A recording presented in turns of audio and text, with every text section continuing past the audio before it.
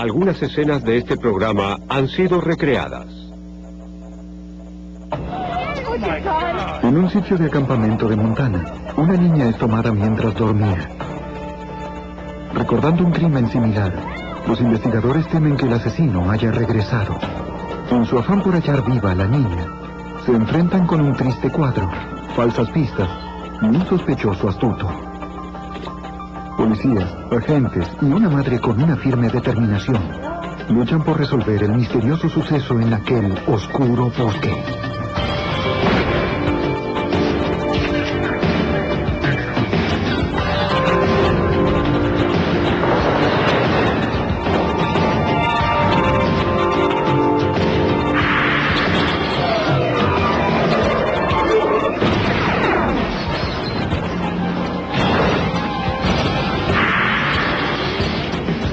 Los archivos del FBI. Mientras acampaba con sus padres en Montana, una niña de 7 años fue arrebatada de su tienda. Nadie presenció el crimen y el secuestrador no dejó pistas. Soy Jim Castro, exdirector del FBI en Nueva York.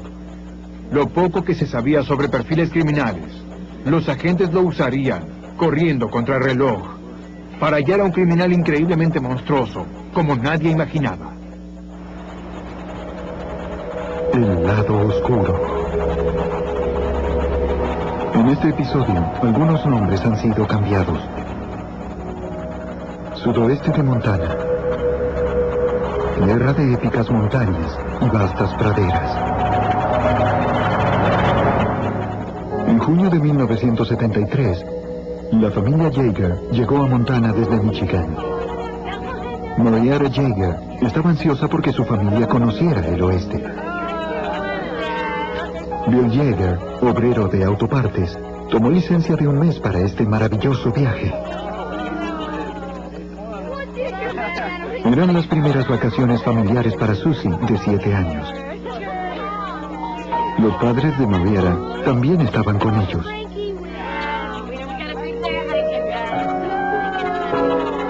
El domingo 24 de junio, se prepararon para pasar su última noche en el Parque Estatal de Headwaters de Montana. Por la mañana, continuarían hacia el oeste. El niño mayor dormía en el auto, mientras que los 4 pequeños tenían su propia tienda.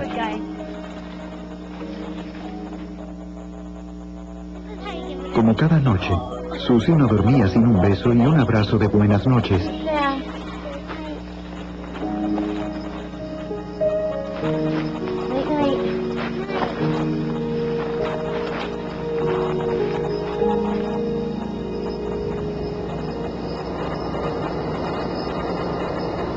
La noche estaba fría. Aún así, los niños Yeager dormían plácidamente.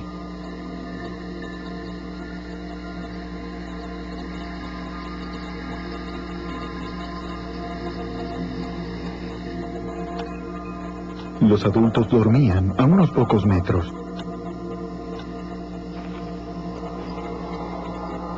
Pero no todos en el área dormían.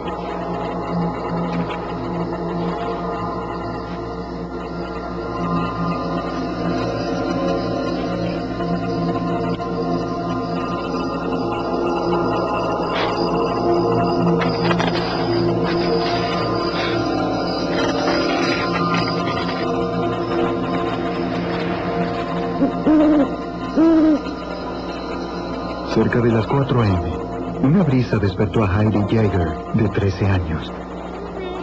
Notó un agujero en la tienda. Luego notó que Susie no estaba allí. Confundida y asustada, corrió a avisar a sus padres. Marietta Yeager intentó comprender lo que decía su hija. Yo pensé que estaría en algún lugar por allí. Está cerca. Habrá tenido que ir al baño, ya sabe. Pero al mismo tiempo sentía un terror naciendo en mí que Me hacía pensar, oh Dios, por favor, no dejes que sea cierto. Es decir, recuerdo haber querido despertar y ver que eso no era real, que no estaba sucediendo. Luego, vieron el corte en la tela de la tienda. Allí fue donde dije, te guste o no, Marieta, esto es la realidad.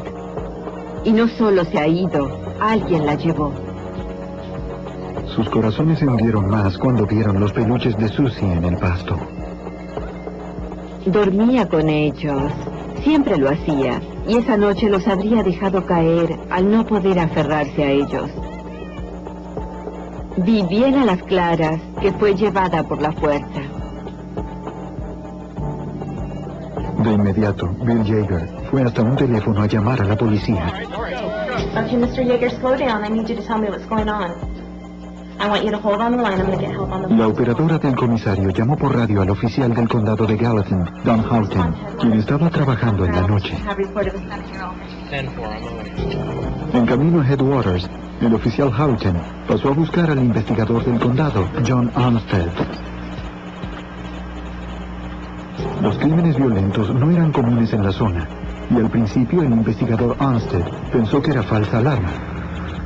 Pensábamos que debía ser alguna otra cosa, que algo así no sería un secuestro y se resolvería solo de algún modo. Cuando llegaron los investigadores, la familia Yeager estaba consternada. Mientras les explicaban cómo podían, eran llevados al lugar del hecho. Eso cambió todo para el oficial Houghton. Y entonces vimos la carpa que había sido cortada. Y eso cambió las cosas, era escalofriante. Las pisadas de la familia estaban diseminadas por todos lados en el pasto húmedo, pero el investigador Armstead vio unas que iban en una dirección específica. Podía ver las pisadas sobre el rocío, llegando a la tienda y alejándose de ella hacia el aparcadero en el cual ya no había vehículos. La oficina del comisario de Gallatin contactó al FBI. El agente especial Pete Dunbar tomó el llamado en la sede de Bozeman. El FBI a menudo interviene en los secuestros por la posibilidad de viajes interestatales.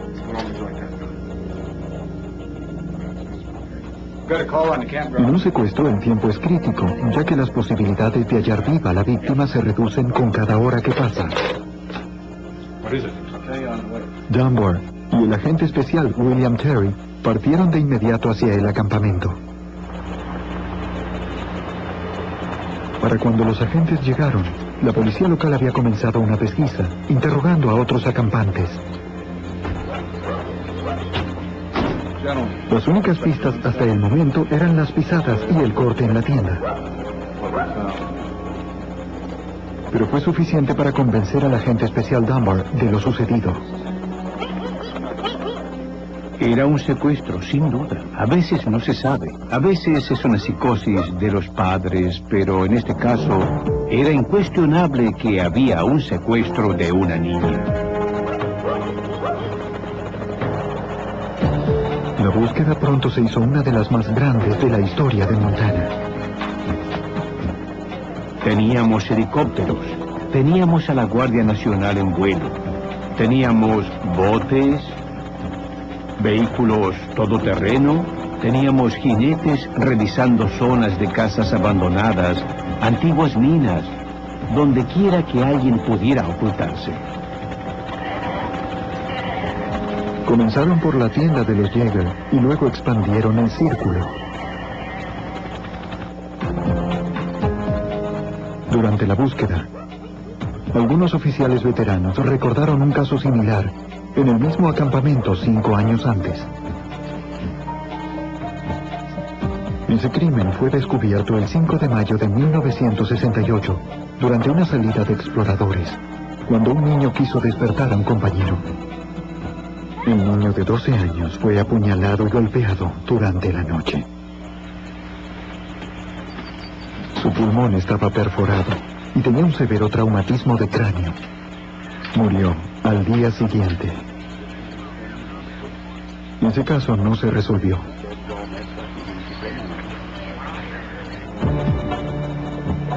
Muchos de los que buscaban a Susie se preguntaban si ese criminal había regresado. La policía y el FBI buscaron la ayuda del público. Cientos de ciudadanos alarmados de Montana daban pistas. Los oficiales seguían cada una de ellas. Una persona urgía a las autoridades a interrogar a su vecino de 25 años en Manhattan, Montana, describiéndolo como extraño. Los oficiales conocían al hombre como un contratista local. Nada pareció sospechoso. Sin embargo, y como todos los demás, dijo que haría lo posible por ayudar. Y luego, de una semana de la desaparición de Susie, un hombre llamó a la casa de un oficial del condado de Gallatin, Montana. Atendió la esposa del oficial. El hombre dijo ser el secuestrador de Susie y exigió un rescate de $50,000 a entregar en una estación de autobús en Denver. Para confirmar que tenía a Susie, describió una pequeña deformidad en los dedos de la niña, las uñas abultadas de los índices. Okay. La mujer llamó a su esposo, quien contactó al FBI en el puesto de comando, el que fue establecido en el propio acampamento. El agente especial Dunbar avisó a los Yeager de la llamada. Cuando mencionó las uñas, quedaron mudos. Susie tenía uñas abultadas en sus dedos índices. La llamada era legítima. Los agentes necesitaban que el secuestrador llamara otra vez y diera detalles del rescate. Pero la llamada nunca ocurrió.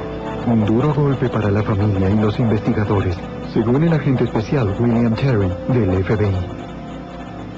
Al pasar el tiempo, como no había indicaciones sobre dónde debía ser entregado el dinero o cómo sería devuelta la niña, las esperanzas se perdían. Observar a los oficiales registrar los ríos del parque Headwaters buscando el cuerpo era desolador para los Yeager, pero Marietta y Bill se mantenían firmes. Yo me comprometí a serle fiel como madre, a no rendirme y continuar creyendo que estaba viva hasta el momento en que, si alguna vez debía suceder, tendría que aceptar pruebas concretas en contrario.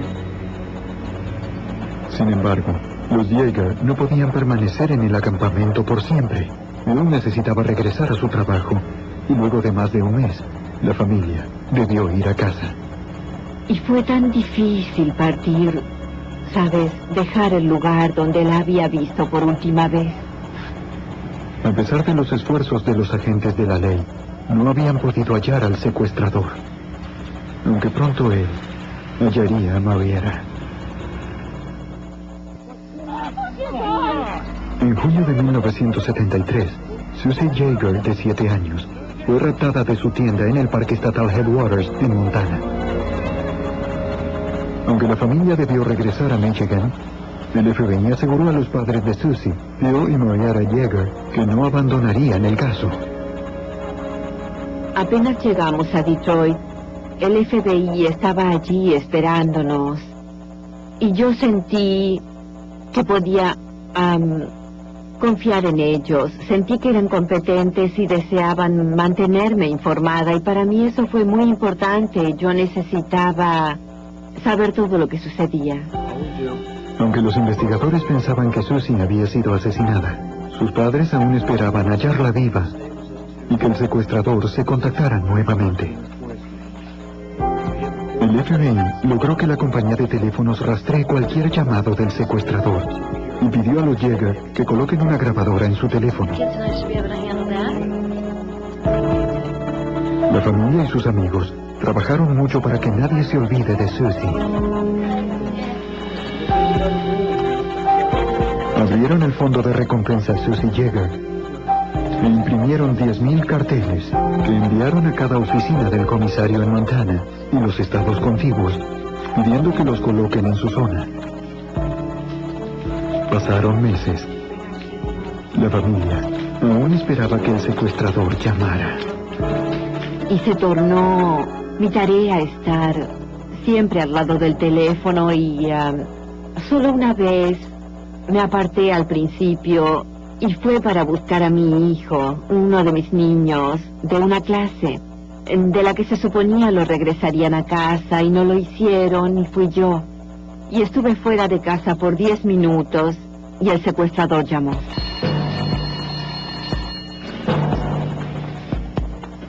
De acuerdo a la rutina establecida, Dan, el hijo mayor, quien estaba en la casa, encendió la grabadora.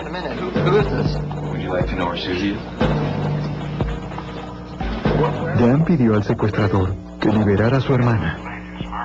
El hombre se quejó de que la policía y el FBI estaban operando. Dijo que no podía liberar a Susie sin ser atrapado.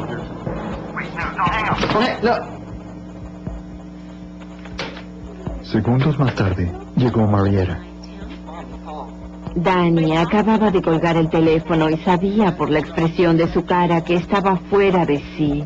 No tuvo que decirme, yo sabía que había hablado con el secuestrador. Y teníamos la llamada grabada, pero sin poder saber quién era. Las autoridades rastrearon la llamada a un restaurante en Wyoming. La policía local registró el lugar, pero el sujeto ya no estaba. Y los empleados no recordaban a nadie que haya hablado por teléfono público. Agente especial William Terry. Había un consenso general por esos tiempos. Todos creían que Susie estaba muerta. Y por alguna razón, este individuo intentaba atormentar a la familia Yeager. Pasaron los meses sin nuevas pistas o llamadas. 8 meses después del secuestro de Susie, la oficina del comisario del condado de Gallatin recibió un informe de la desaparición de una mujer de 19 años en Manhattan, Montana, a 16 kilómetros del campamento donde había desaparecido Susie.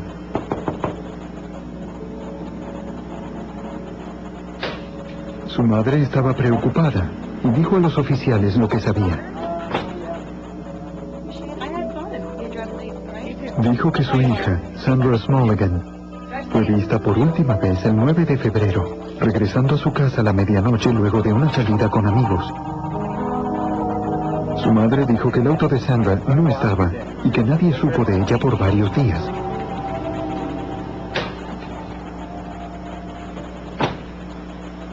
Como casi todos en el pequeño pueblo, los oficiales conocían a Sandra.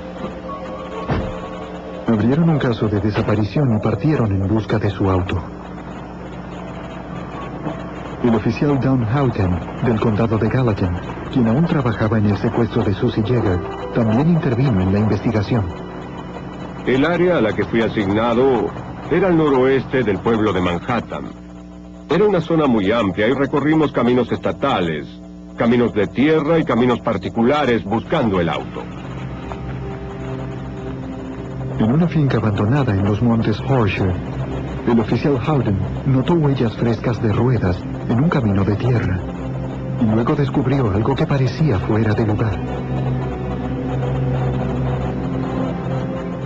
Bajé para ver qué era y resultó ser ropa interior de mujer.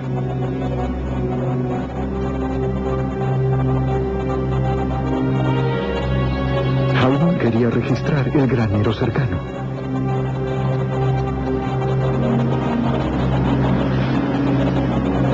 La puerta estaba cerrada.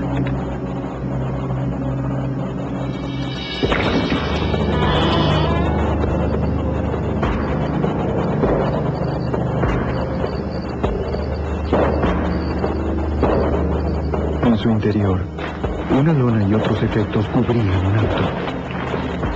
La placa había sido removida Pero en la pequeña comunidad, la mayoría de la gente conocía los autos de sus vecinos. El oficial Houghton reconoció el auto. Era el de Sandra Smulligan.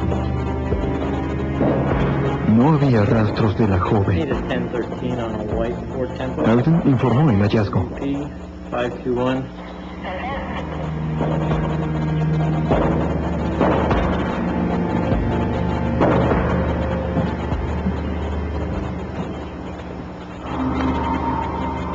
La partida del comisario, oficiales y voluntarios sirvió para rastrear 8 kilómetros cuadrados alrededor del granero. Formando líneas, marcaron todo lo que podría ser evidencia. Al segundo día de la búsqueda, un grupo investigó un tambor de 200 litros que hallaron en un campo. Algo había sido quemado dentro. Entre la madera chamuscada había trozos de hueso. Cuanto más buscábamos, hallábamos huesos diseminados en un radio de 75 metros. En su mayor parte eran pequeños. Habían sido quebrados, hachados y quemados. Finalmente, recolectaron más de 1.200 fragmentos de hueso. Un patólogo forense determinó que eran humanos, y algunos eran probablemente de una mujer blanca adulta. Los registros dentales confirmaron que varios dientes y un trozo de mandíbula correspondían a Sandra Smulligan. El investigador John Anstead temió que el asesino de Sandra también hubiese secuestrado a Susie Yeager. Había en principio una conexión, probablemente debido en parte a la zona del país donde vivimos. Se sabe lo que sucede y lo que no sucede. Sandra Smulligan había sido desmembrada. Quien haya perpetrado tan abominable crimen también podría haber secuestrado a Susie. A 8 meses de la desaparición de Susie Yeager, en un acampamento de Montana, la policía descubrió los restos de Sandra Smulligan en una finca cercana en los montes Horseshoe. Las autoridades temían una conexión. Los investigadores que trabajaban en los dos casos a menudo almorzaban juntos.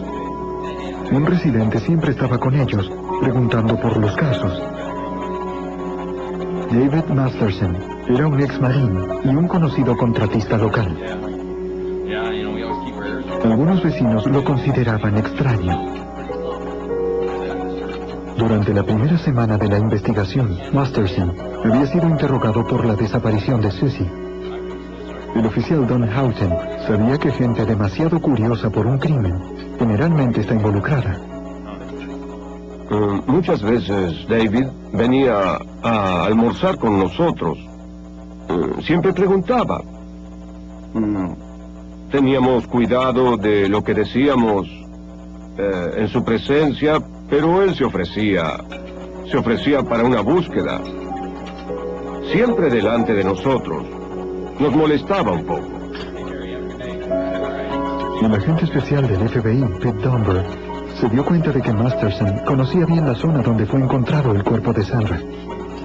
David apareció nuevamente como sospechoso porque sabíamos bastante sobre él desde antes, que conocía las montañas Horseshoe muy bien.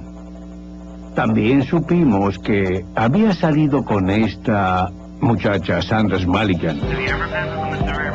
Los investigadores le pidieron a Masterson que se sometiera a un detector de mentiras. Aceptó. Yo le tenía mucha fe al detector. Lo había usado en otras ocasiones antes e invariablemente fue una gran herramienta. No tenía una sola falla. Durante el examen, Masterson dijo no saber nada sobre el secuestro de Susie Yeager o el asesinato de Sandra Smulligan. Confirmó que había salido con Sandra solo una vez porque ella no quiso salir más.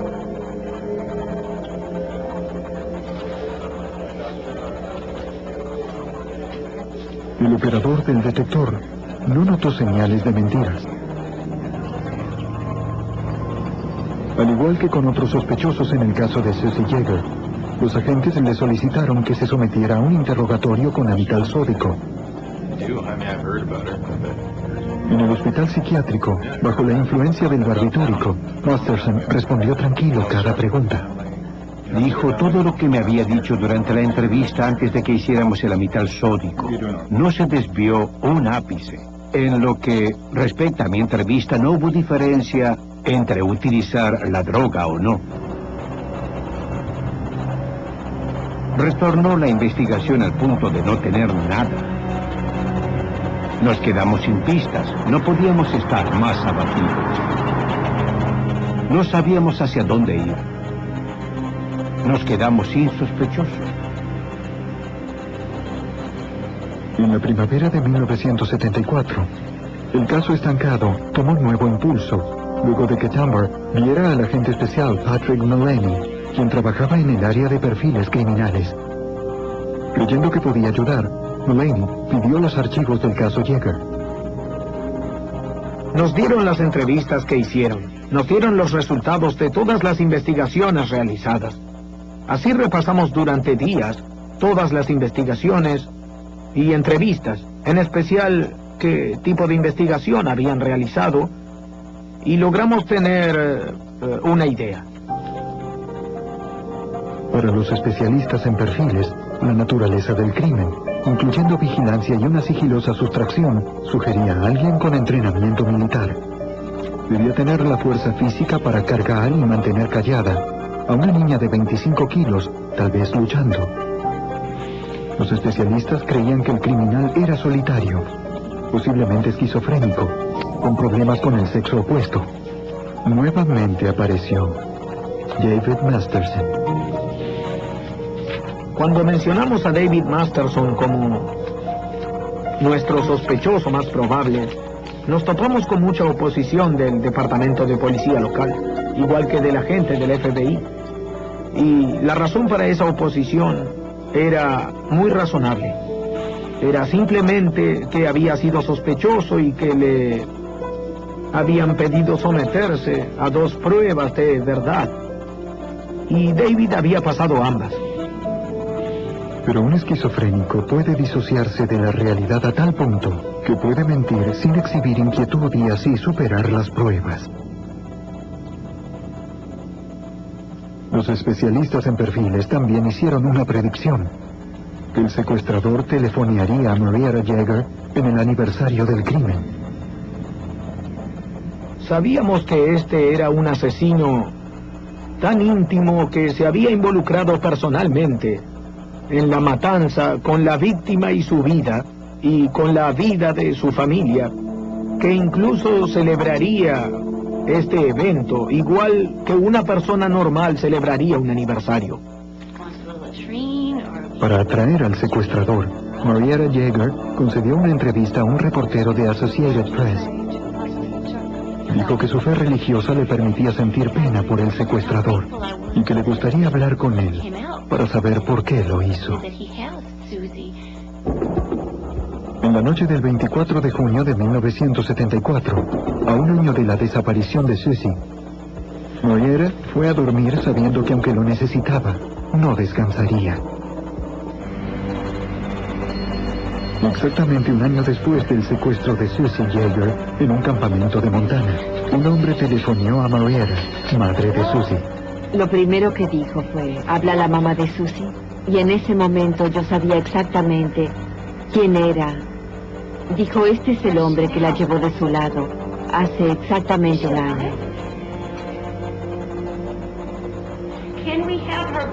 Y se cortó el llamado.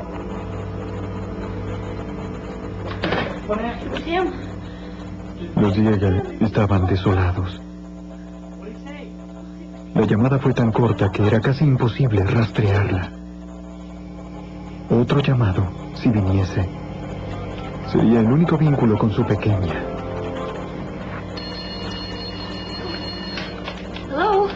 Estaba tan aliviada, pero mi mente volaba, ¿sabe? Pensaba, ¿qué sucederá? ¿Qué puedo decir? Entonces, al principio le cedí la iniciativa de la conversación. Él necesitaba hacerme saber que tenía el control absoluto. El secuestrador se jactaba de ser demasiado listo para ser atrapado. Dijo que él y Susie habían estado viajando juntos. Moriera quería pruebas de que su hija estuviera viva. Quería hablar con Susie. El secuestrador dijo que la niña estaba muy cerca, durmiendo en su cabaña. Para ese momento sabía que mi esposo había llamado al FBI. Estaban intentando rastrear la llamada. Así que sabía que era importante mantenerlo en línea. Quería que el FBI lo pudiera atrapar. Mientras hablaba, Moriera Yeager comenzó a tener el control de la conversación. Dijo que había estado orando por él. Dijo que sentía pena por él. Su fuerza y compasión desgastaron al secuestrador, según Patrick Mullaney, especialista en perfiles del FBI. Pudo contenerse por más de 1 hora con la persona que tenía a su hija. Fue increíble. El hombre inició con el clásico desafío psicopático. Yo soy el que secuestró a su hija. Hace hoy justo 1 año. Ella logró virar desde ese punto en el que él la dominaba, hasta que al final de la conversación él no podía colgar el teléfono. Y cuando finalmente colgó el teléfono, estaba llorando. Los agentes se dirigieron a la casa de los Yeager, esperando que la llamada los condujera finalmente al secuestrador. Por esos tiempos, las llamadas de larga distancia pasaban por una serie de estaciones intermedias. El personal de teléfonos rastreó la llamada hasta Sarasota, en Florida, pero una falla en el sistema impidió que avanzaran. Los agentes tuvieron que decir que no funcionó. Lo único que podía pensar era que tenía a Susie dormida en su cabaña y que perdimos la posibilidad de hallarla.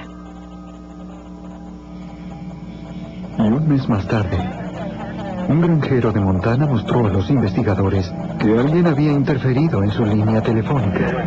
Su cuenta telefónica mostraba una llamada a los Yeager que él no había hecho. Debajo de la línea, había notado huellas de auto frescas, diferentes a las de su auto. Al preguntarle acerca de gente que conociera bien la granja, respondió que David Masterson trabajó para él. Los investigadores recordaron que él había sido especialista en comunicaciones en la Marina y sabría cómo interferir en una línea telefónica. Los agentes recurrieron a una nueva tecnología: análisis de la voz. La voz de una persona es única por las vibraciones que le da a su cuerpo, y los científicos habían comenzado a graficar patrones de voz utilizando un espectógrafo. Los expertos en el tema compararon la grabación de la llamada del aniversario con la de una entrevista con Masterson. Había coincidencias. Los investigadores le presentaron a Masterson el análisis de la voz. Le explicaron que los resultados indicaban que probablemente él hubiera hecho la llamada a los Yeager. Masterson dijo al agente especial Pete Dunbar que no estaba impresionado. Y él dijo, sabes, tengo parientes cuya voz suena exactamente como la mía. Y preguntamos quiénes eran. Los investigadores lograron un reconocimiento de voces con Masterson y los parientes que mencionó. Desde la granja, donde se hizo la llamada por el aniversario, telefonearon a los Yeager.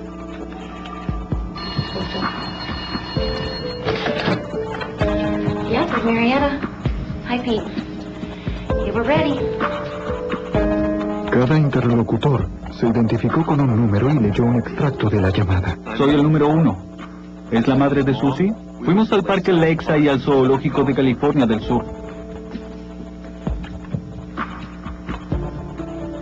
Soy el número 2. ¿Es la madre de Susie? Fuimos al Parque Lakeside y al Zoológico de California del Sur. Tan pronto levanté el teléfono, al segundo sabía que era la voz que había escuchado.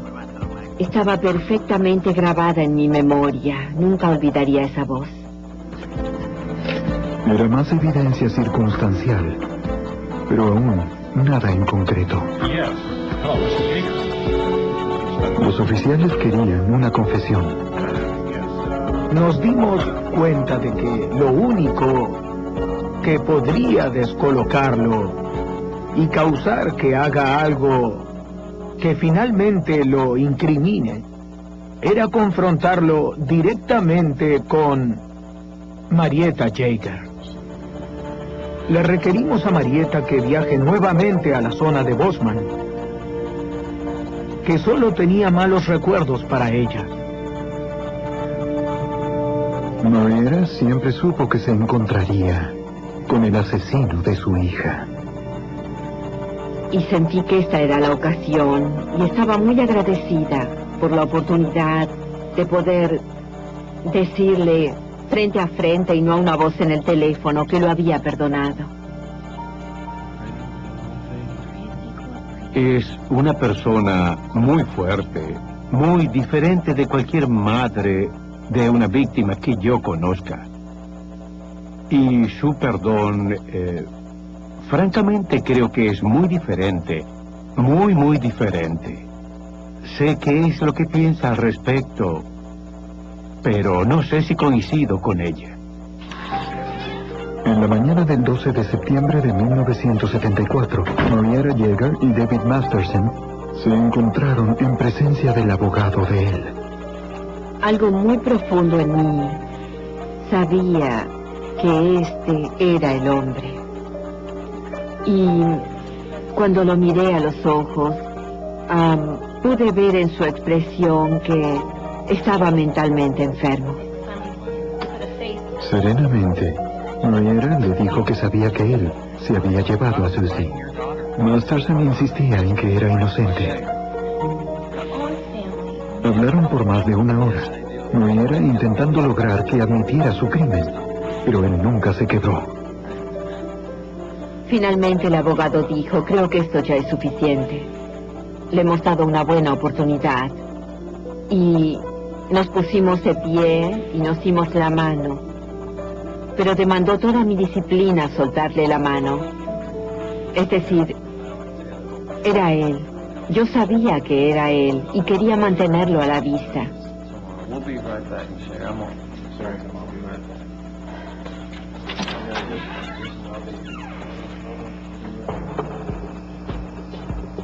Para mantener la presión sobre Masterson, la policía del condado de Gallatin le puso vigilancia las 24 horas. No hicieron ningún esfuerzo por ocultar el hecho de que lo vigilaban. La vigilancia parecía divertirlo. Pero el 24 de septiembre, el sospechoso se escurrió, según el oficial Don Houghton. El equipo de oficiales lo vio entrar a su casa, pero no salió a la mañana siguiente. Uno de nosotros, de hecho, fue a golpear la puerta de su casa, pero no había nadie. Comenzamos a buscar por los lugares que sabíamos que frecuentaba, sin resultado alguno. Mientras las autoridades buscaban a Masterson, un hombre llamó a los Yeager. Fue exactamente un año después del primer llamado del secuestrador, cuando Marietta había salido. El hombre se identificó como el señor Travis. Tan pronto como lo escuché, supe que era su voz. Estaba intentando convencerme a mí y al FBI de que el secuestrador era alguien de Salt Lake City, Utah, y no esta persona David, quien era el principal sospechoso aquí en Montana. Dijo que podía probar que Susie estaba viva, poniéndola al teléfono. ¿Quiere una prueba? Bien, escuche esto. Es un buen hombre, mamá. Lo pasamos bien juntos. Me lleva mucho a pasear. Sabía que no era la voz de Susie. Ella nunca me llamaba mamá, me llamaba mami. Entonces luego temí por la criatura a quien le hizo decir esas palabras, y que en su mente enferma ella sería Susie y que podría dañarla a ella también. Cuando Marietta seguía llamándolo David, comenzó a equivocarse. Masterson dijo cosas que había hablado con Marietta en Montana. Cosas que solo David sabría. Y se autoincriminó por completo. Y cuando se dio cuenta de lo que había hecho, dijo nunca más verá viva a su hija. Y colgó de un golpe. Marietta llamó al FBI. Y las autoridades rastrearon la llamada hasta una habitación del motel en Salt Lake City, a más de 600 kilómetros de la casa de Masterson. Pero para cuando llegaron, él ya no estaba.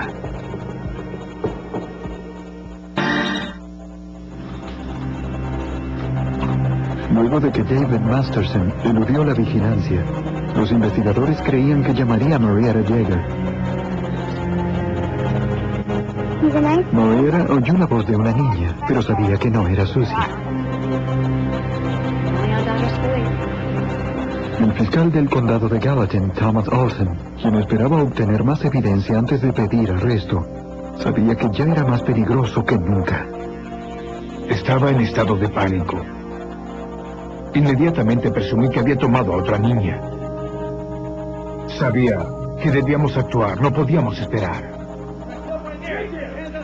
Cuando Masterson regresó al pueblo, decidieron arrestarlo y encontrar más evidencia en su contra luego. No ofreció resistencia.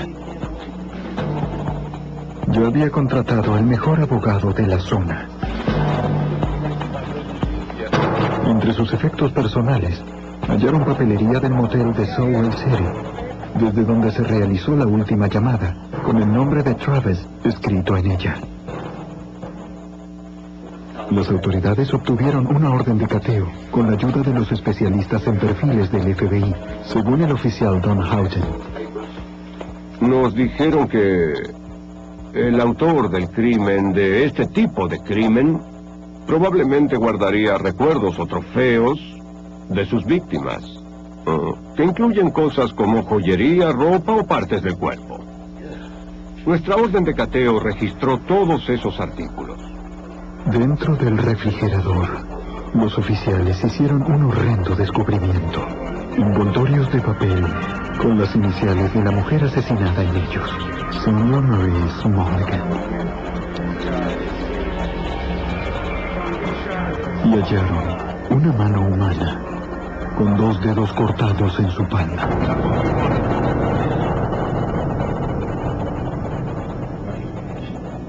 Vieron la evidencia con el abogado de Masterson, quien anunció que su cliente tenía una terrible confesión. Y el abogado dijo, David admitirá 4 asesinatos. Y eso me golpeó como con una masa.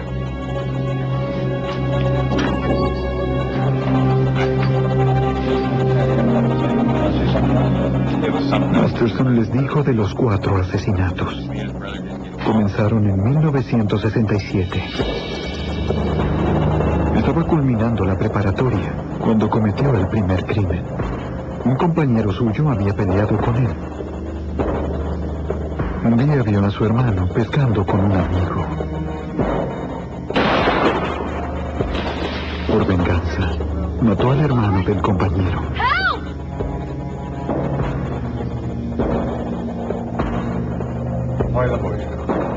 Masterson dijo que el segundo crimen fue cuando mató al scout en el acampamento de Headwaters en 1968.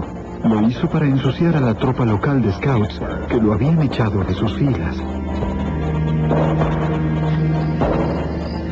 Su tercera víctima fue Susie Yeager. Esperó hasta que todos estuviesen dormidos. Dijo que llevó a Susie a la granja de los montes Horseshoe, donde habían hallado los huesos de Sandra Smolligan. La estranguló, lo descuartizó y diseminó sus restos.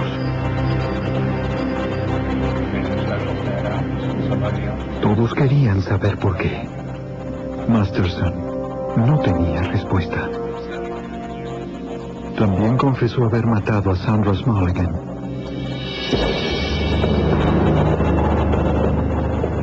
Luego de que se negara a verlo otra vez, irrumpió en su apartamento.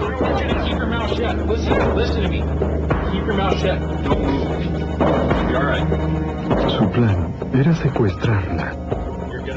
Pero cuando cubrió su boca con cinta adhesiva, sin quererlo, cubrió su nariz también.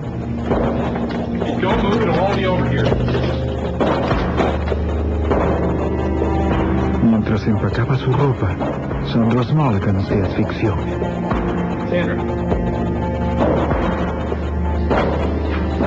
En la misma granja, descuartizó su cuerpo y luego incineró los restos con leños de cedro y arrojó sus huesos entre los de Susie. Era tarde, creo que eran como las 3 a.m. Y lo que recuerdo de David era que al confesar los 4 crímenes, parecía empequeñecerse más y más, de estatura y de tamaño. Y al final solo quedaba el cascarón de un hombre. Los oficiales lo regresaron a la cárcel, aunque nunca llegó al juicio. Aunque los fiscales le dijeron que no demandarían la pena de muerte. David Masterson se colgó con una toalla horas después de haber confesado.